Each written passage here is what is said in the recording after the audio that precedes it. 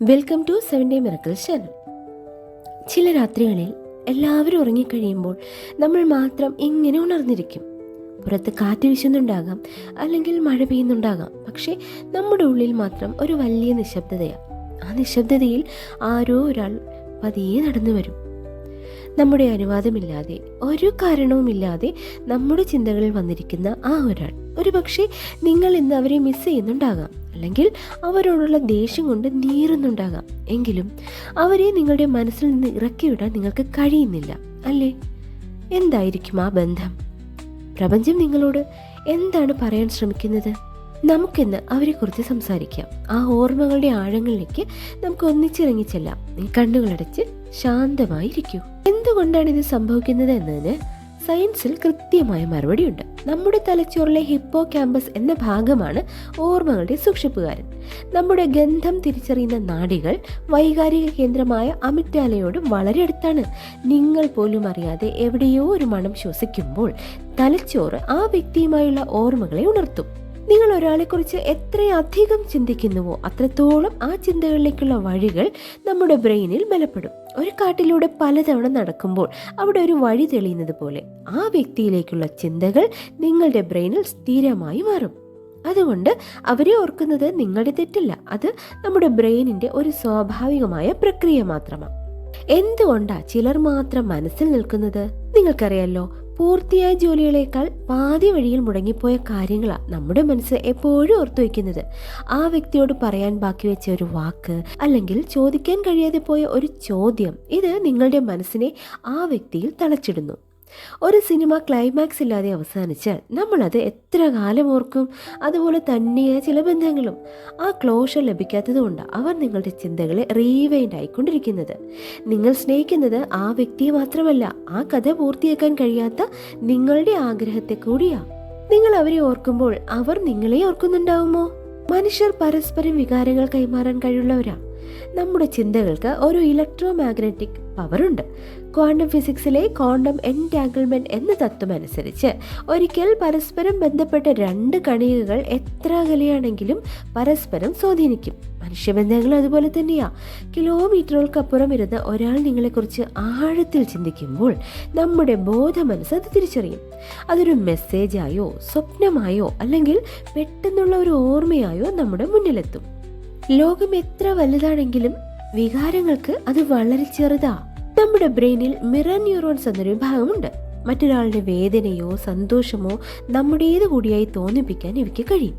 ആ വ്യക്തി നിങ്ങളുടെ ജീവിതത്തിൽ നിന്ന് പോയിട്ടുണ്ടാകാം, പക്ഷേ നിങ്ങളുടെ ഉള്ളിലെ ഈ മിറർ ന്യൂറോൺസ് ഇന്നും അവരുടെ സ്വാധീനത്തിലാണ്. അവർ നിങ്ങളോട് സംസാരിച്ച രീതി, അവരുടെ പുഞ്ചിരി, ഇതെല്ലാം നിങ്ങളുടെ ഉള്ളിൽ ഇന്നും പ്രതിഫലിച്ചു കൊണ്ടിരിക്കുന്നു. നിങ്ങൾ ഓർക്കുന്നത് അവരെയല്ല, നിങ്ങളിൽ അവർ ബാക്കി വെച്ച നിഴലിയാ.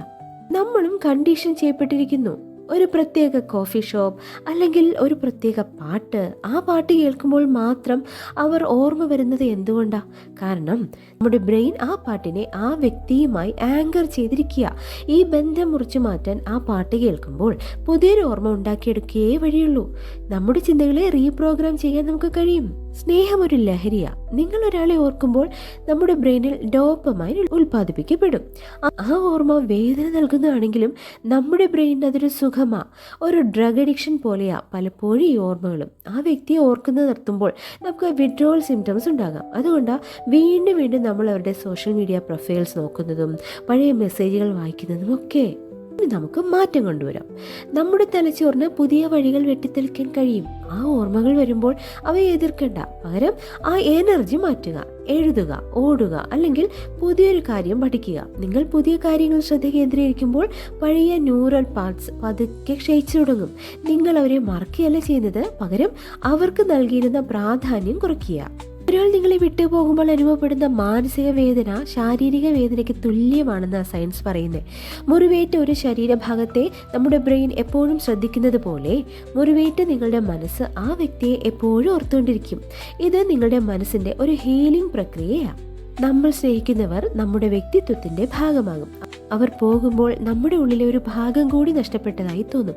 ആ നഷ്ടപ്പെട്ട ഭാഗം കണ്ടെത്താനാണ് നമ്മൾ അവരെ ഓർക്കുന്നത്. സത്യത്തിൽ നിങ്ങൾ അവരെയല്ല തിരയുന്നത്, നിങ്ങളിൽ നിന്ന് നഷ്ടപ്പെട്ട നിങ്ങളുടെ ആ പഴയ സന്തോഷത്തെയാണ്. നമ്മുടെ ഉള്ളിലെ ചില ആഗ്രഹങ്ങൾ നമ്മൾ മറ്റൊരാളിൽ കാണാൻ ശ്രമിക്കും. നിങ്ങൾ അവരെ ഓർക്കുമ്പോൾ നിങ്ങൾ കാണുന്നത് അവരെയല്ല, മറിച്ച് നിങ്ങൾക്കാകാൻ ആഗ്രഹമുള്ള അല്ലെങ്കിൽ നിങ്ങൾക്ക് ലഭിക്കാൻ ആഗ്രഹമുള്ള ചില ഗുണങ്ങളെയാണ്. അവർ വെറുമൊരു നിഴൽ മാത്രമാണ്, പക്ഷേ ആ വെളിച്ചം നിങ്ങളുടേതാണ്. മനുഷ്യർ കൂട്ടമായി ജീവിക്കാൻ ആഗ്രഹിക്കുന്ന ഒരാളെ നഷ്ടപ്പെടുന്നത് അതിജീവനത്തിന് ഭീഷണിയാണെന്ന് നമ്മുടെ ബ്രെയിൻ കരുതും. അതുകൊണ്ടാണ് ആ വ്യക്തിയെ തിരികെ കൊണ്ടുവരാൻ അത് നിരന്തരം നിങ്ങളെ ഓർമ്മിച്ചുകൊണ്ടേയിരിക്കുന്നത്. ഇത് നിങ്ങളുടെ സുരക്ഷയ്ക്ക് വേണ്ടിയിട്ടുള്ള നമ്മുടെ ബ്രെയിനിൻ്റെ ഒരു പോരാട്ടമാണ്. പഴയ വഴികൾ മായ്ച്ചു കളയാൻ നമുക്ക് കഴിയും. ആ ഓർമ്മകൾ വരുമ്പോൾ അതിനെ എതിർക്കണ്ട, പകരം പറയൂ, ഇത് എൻ്റെ തലച്ചോറിലെ ഒരു കെമിക്കൽ റിയാക്ഷൻ മാത്രമാണ്. പുതിയ ഹോബികൾ, പുതിയ യാത്രകൾ, ഇവ നിങ്ങളുടെ തലച്ചോറിൽ പുതിയ ന്യൂറൽ പാതകൾ സൃഷ്ടിക്കും. പഴയ ഓർമ്മകൾ പതുക്കെ മാഞ്ഞു തുടങ്ങും. അവസാന ഘട്ടം അംഗീകരിക്കില്ല. അവർ നിങ്ങളുടെ ജീവിതത്തിലെ ഒരു അധ്യായമായിരുന്നു, മുഴുവൻ പുസ്തകവുമല്ല. ആ അധ്യായം അവിടെ അവസാനിച്ചുവെന്ന് സമ്മതിക്കുന്ന നിമിഷം നിങ്ങൾ സ്വതന്ത്രനാകും. ആ ഓർമ്മകളെ ഒരു ഭാരമായിട്ടല്ല, ഒരു പാഠമായിട്ട് കാണുക. നമ്മുടെ യാത്ര ഇവിടെ അവസാനിക്കുന്നു. കണ്ണുകൾ തുറക്കേണ്ട. നിങ്ങളുടെ നെഞ്ചിൽ പതുക്കെ കൈവയ്ക്കൂ. അവിടെ ആ പഴയ മുഖമില്ല, അവിടെ നിങ്ങളുണ്ട്. നിങ്ങൾ സ്നേഹിക്കേണ്ടതും നിങ്ങൾ സംരക്ഷിക്കേണ്ടതും നിങ്ങളെ തന്നെയാണ്.